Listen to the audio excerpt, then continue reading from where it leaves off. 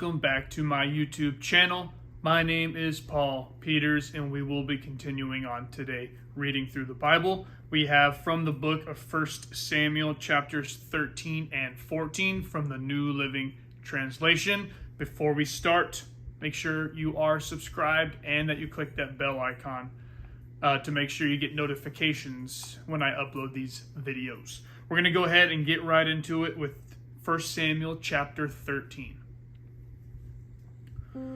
Saul was 30 years old when he became king, and he reigned for 42 years.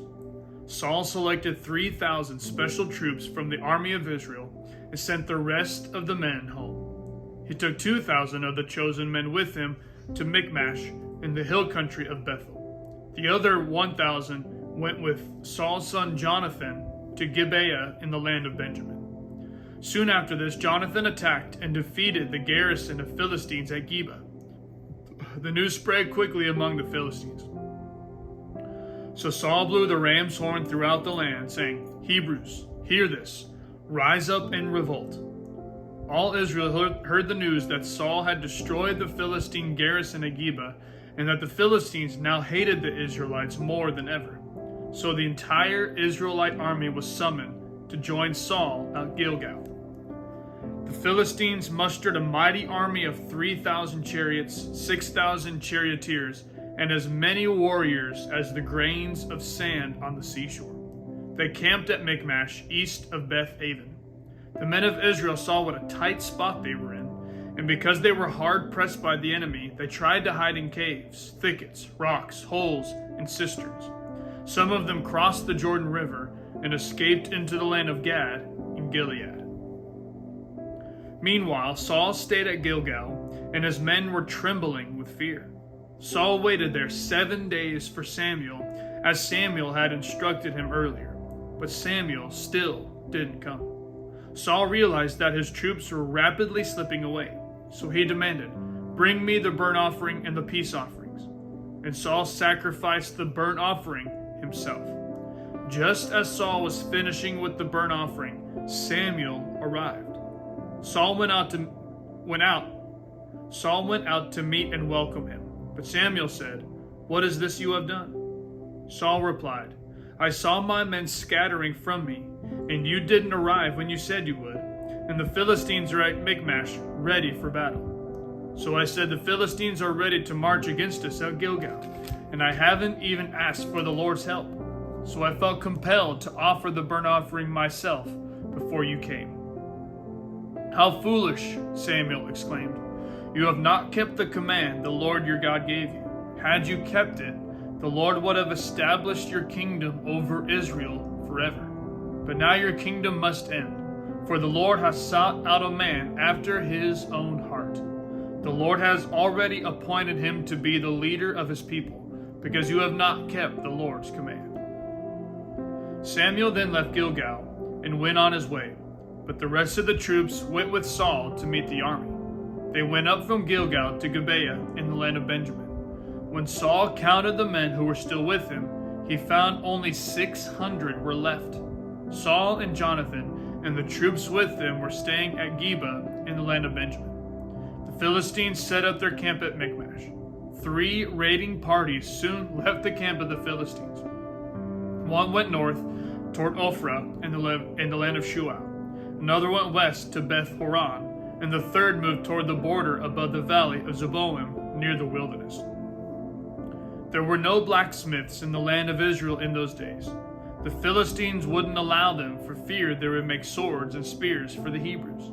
So whenever the Israelites needed to sharpen their plowshares, picks, axes, or sickles, they had to take them to a Philistine blacksmith. The charges were as follows: 1/4 ounce of silver for sharpening a plowshare or a pick, and 1/8 ounce for sharpening an axe or making the point of an ox goad. So on the day of the battle, none of the people of Israel had a sword or spear, except for Saul and Jonathan. The pass at Michmash had meanwhile been secured by a contingent of the Philistine army. 1 Samuel chapter 14. One day Jonathan said to his armor-bearer, "Come on, let's go over to where the Philistines have their outpost." But Jonathan did not tell his father what he was doing. Meanwhile, Saul and his 600 men were camped on the outskirts of Gibeah, around the pomegranate tree at Migron. Among Saul's men was Ahijah the priest, who was wearing the ephod, the priestly vest. Ahijah was the son of Ichabod's brother, Ahitub, son of Phinehas, son of Eli, the priest of the Lord who had served at Shiloh. No one realized that Jonathan had left the Israelite camp. To reach the Philistine outpost, Jonathan had to go down between two rocky cliffs that were called Bozez and Sina. The cliff on the north was in front of Michmash, and the one on the south was in front of Geba. "Let's go across to the outposts of those pagans," Jonathan said to his armor-bearer. "Perhaps the Lord will help us, for nothing can hinder the Lord. He can win a battle whether he has many warriors or only a few." "Do what you think is best," the armor-bearer replied. "I'm with you completely, whatever you decide." "All right then," Jonathan told him. "We will cross over and let them see us. If they say to us, 'Stay where you are, or we'll kill you,' then we will stop and not go up to them. But if they say, 'Come on up and fight,' then we will go up. That will be the Lord's sign that he will help us defeat them." When the Philistines saw them coming, they shouted, "Look, the Hebrews are crawling out of their holes." Then the men from the outpost shouted to Jonathan, "Come on up here, and we'll teach you a lesson." "Come on, climb right behind me," Jonathan said to his armor-bearer, "for the Lord will help us defeat them." So they climbed up using both hands and feet, and the Philistines fell before Jonathan, and his armor-bearer killed those who came behind them. They killed some 20 men in all, and their bodies were scattered over about half an acre. Suddenly, panic broke out in the Philistine army, both in the camp and in the field, including even the outposts and raiding parties. And just then an earthquake struck, and everyone was terrified. Saul's lookouts in Gibeah of Benjamin saw a strange sight. The vast army of Philistines began to melt away in every direction. "Call the roll and find out who's missing," Saul ordered. And when they checked, they found that Jonathan and his armor-bearer were gone. Then Saul shouted to Ahijah, "Bring the ephod here." For at that time Ahijah was wearing the ephod in front of the Israelites. But while Saul was talking to the priest, the confusion in the Philistine camp grew louder and louder. So Saul said to the priest, "Never mind, let's get going." Then Saul and all his men rushed out to the battle and found the Philistines killing each other. There was terrible confusion everywhere. Even the Hebrews, who had previously gone over to the Philistine army, revolted and joined in with Saul, Jonathan, and the rest of the Israelites. Likewise, the men of Israel, who were hiding in the hill country of Ephraim, joined the chase when they saw the Philistines running away. So the Lord saved Israel that day, and the battle continued to rage even beyond Beth-aven. Now the men of Israel were pressed to exhaustion that day, because Saul had placed them under an oath, saying, "Let a curse fall on anyone who eats before evening, before I have full revenge on my enemies." So no one ate anything all day, even though they had all found honeycomb on the ground in the forest. They didn't dare touch the honey, because they all feared the oath they had taken. But Jonathan had not heard his father's command, and he dipped the end of his stick into a piece of honeycomb and ate the honey. After he had eaten it, he felt refreshed. But one of the men saw him and said, "Your father made the army take a strict oath that anyone who eats food today will be cursed. That is why everyone is weary and faint." "My father has made trouble for us all," Jonathan exclaimed. "A command like that only hurts us. See how refreshed I am now that I have taken this little bit of honey." If the men had been allowed to eat freely from the food they found among our enemies, think how many more Philistines we could have killed. They chased and killed the Philistines all day from Michmash to Ajalon, growing more and more faint.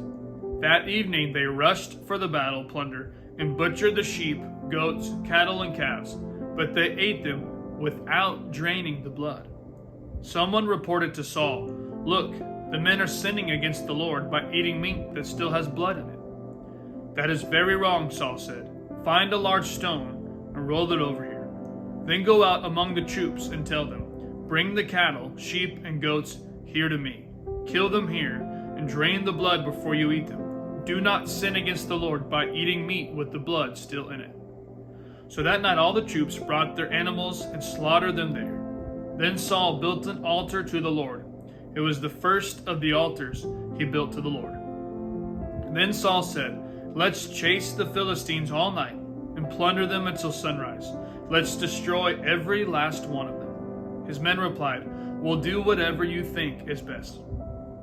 But the priest said, "Let's ask God first." So Saul asked God, "Should we go after the Philistines? Will you help us defeat them?" But God made no reply that day. Then Saul said to the leaders, "Something's wrong. I want all my army commanders to come here. We must find out what sin was committed today.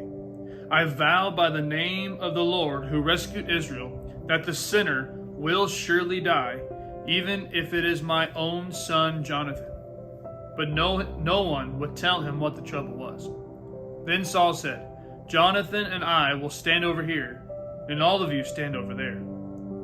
And the people responded to Saul, "Whatever you think is best." Then Saul prayed, "O Lord, God of Israel, please show us who is guilty and who is innocent." Then they cast sacred lots, and Jonathan and Saul were chosen as the guilty ones, and the people were declared innocent. Then Saul said, "Now cast lots again, and choose between me and Jonathan."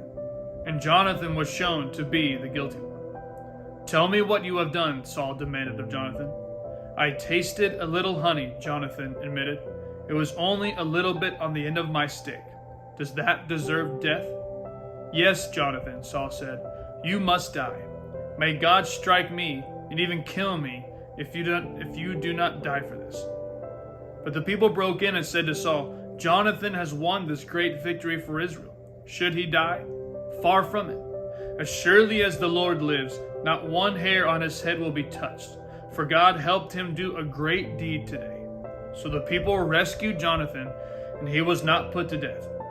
Then Saul called back the army from chasing the Philistines, and the Philistines returned home.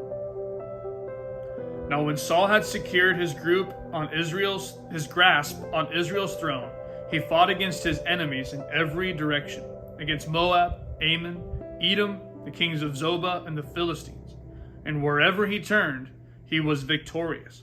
He performed great deeds and conquered the Amalekites, saving Israel from all those who had plundered them. Saul's sons included Jonathan, Ishbosheth, and Malchishua. He also had two daughters, Merab, who was older, and Michal.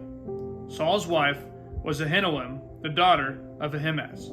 The commander of Saul's army was Abner, the son of Saul's uncle Ner.